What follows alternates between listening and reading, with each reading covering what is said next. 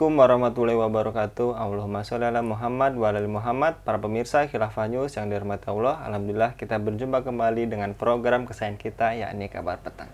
Kita akan membahas tema-tema terkini dengan narasumber yang terpercaya dan tentu saja dari sudut pandang Islam. Inilah Kabar Petang selengkapnya.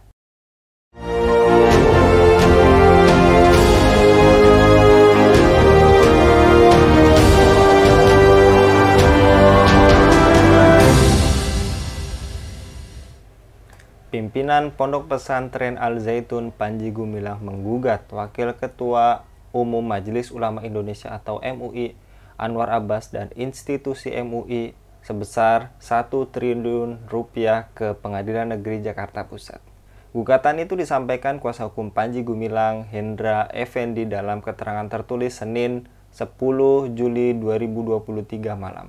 Dalam surat gugatan kami uraikan sebelum hal yang harus diuraikan dan kami juga menuntut ganti rugi sebesar Rp1 dan Rp1 triliun atas kerugian material dan imaterial, kata Hendra. Atas dasar apa gugatan Panji Gumilang? Apakah sikap Panji Gumilang akan menimbulkan gejolak di masyarakat? Apa yang harus dilakukan umat Islam terhadap sikap Panji Gumilang? Untuk membahasnya, kami terhubung dengan Ketua LBH Pelita Umat Bung Chandra Purna Irawan. Kita sapa terlebih dahulu. Assalamualaikum warahmatullahi wabarakatuh, Bung Chandra. Waalaikumsalam warahmatullahi wabarakatuh. Baik, Bung Chandra, terkait lagi-lagi Panji Gumilang dan Al Zaitun. Nah, menurut Anda, Bung Chandra, publik dihebohkan adanya laporan tadi kuasa hukum Panji Gumilang Hendra Effendi terhadap Wakil Ketua Umum MUI Anwar Abbas dan MUI ke Pengadilan Negeri Jakarta Pusat pada Kamis. Bagaimana sikap LBH Pelita Umat menanggapi gugatan dan laporan itu, Bung Chandra? Ya, jadi begini, kalau gugatan itu sebetulnya eh, tidak akan bisa menghentikan proses pidana. Kenapa tidak bisa menghentikan proses pidana? Karena ini dua objek yang berbeda. Objek yang pertama adalah eh, persoalan Panji Gumilang itu dengan ajaran agama. Jadi persoalannya bukan Panji Gumilang dengan MUI atau Kiai Anwar, bukan perkara itu. Tetapi berkaitan dengan Panji Gumilang, berkaitan dengan agama. Berkaitan dengan agama, tentu yang menjadi lawan Panji Gumilang adalah semua elemen yang beragama Islam. Itulah yang menjadi lawan, yang menjadi persoalan pertama. Sehingga oleh karena itu, gugatan Panji Gumilang terhadap Kiai Anwar Abbas dan MUI itu dua objek yang sangat jauh berbeda. Sehingga oleh karena itu, eh, gugatan itu semestinya tidak boleh mempengaruhi proses eh, dugaan pidana di kepolisian. Hingga detik ini, informasi yang saya dapatkan bahwa kepolisian sudah masuk pada tahap penyidikan. Kalau sudah tahap penyidikan, berarti unsur pidananya sudah mulai terpenuhi di situ. Berarti tinggal melengkapi barang alat-alat bukti. Jadi berarti unsur pidana sudah mulai nampak di situ. Nah, ini oleh karena itu apa kita semua mesti mengawal proses penyidikan ini. Nah, itu yang kemudian harus kita perhatikan bersama di sini. Ya. Kemudian gugatan itu saya yakin akan ditolak oleh majelis hakim. Kenapa ditolak? Karena bagaimana proses pembuktian dari kerugian senilai 1 triliun itu sangat sangat sulit untuk dirasionalisasi. Jadi salah satu tips agar gugatan itu menang dan dikabulkan ganti rugi, mesti itu bisa dirasionalisasi. Misalnya, eh, saya kerugian 1 triliun rupiah, menggugat 1 triliun rupiah. Pertanyaannya, bagaimana merasionalisasinya? Misalnya 1 triliun itu gara-gara misalnya eh, apa? eh, ah, di mohon maaf tidak saya jabarkan di sini, khawatir nanti jadi inspirasi dari Panji Gumilang ataupun kuasa hukumnya kemudian untuk mengikut. Jadi saya sangat yakin akan susah untuk dikabulkan karena akan susah dirasionalisasi. Kemudian dalam konteks ini yang ketiga adalah ini bukan sekedar persoalan gugatan, tetapi mestinya umat Islam itu kemudian harus kemudian pasang mata, pasang telinganya untuk memperhatikan proses ini. Berarti saling bahu membahu membela MUI, ya, mengawal proses ini agar kemudian agar kemudian diproses sampai ke tahap persidangan. Kalau ini kemudian tidak dikawal, akan sangat berat sekali sampai ke sana.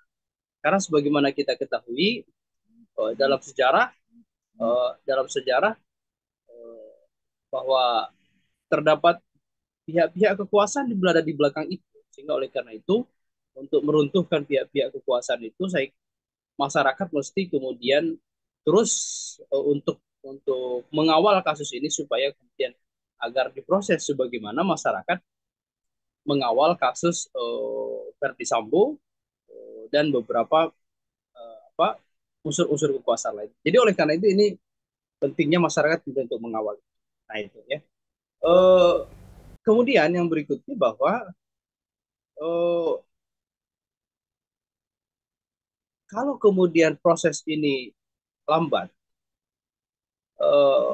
proses ini lambat, maka saya khawatir praduga masyarakat yang menyatakan bahwa ini ada unsur kekuasaan atau pihak-pihak pemegang kekuasaan atau pihak-pihak yang dulu pernah menjadi pejabat dan pemegang kekuasaan itu di belakang itu. Oleh karena itu, untuk menghindari praduga liar di tengah-tengah masyarakat, aparat penegak hukum mesti kemudian berani untuk memproses dugaan pidana Panji Gumilang. Kalau sudah sampai ke tahap penyidikan, berarti sudah unsur pidana sudah ada di situ, berarti sudah tidak. Ya. Kemudian yang berikutnya, apakah kemudian pemerintah ini berani membubarkan?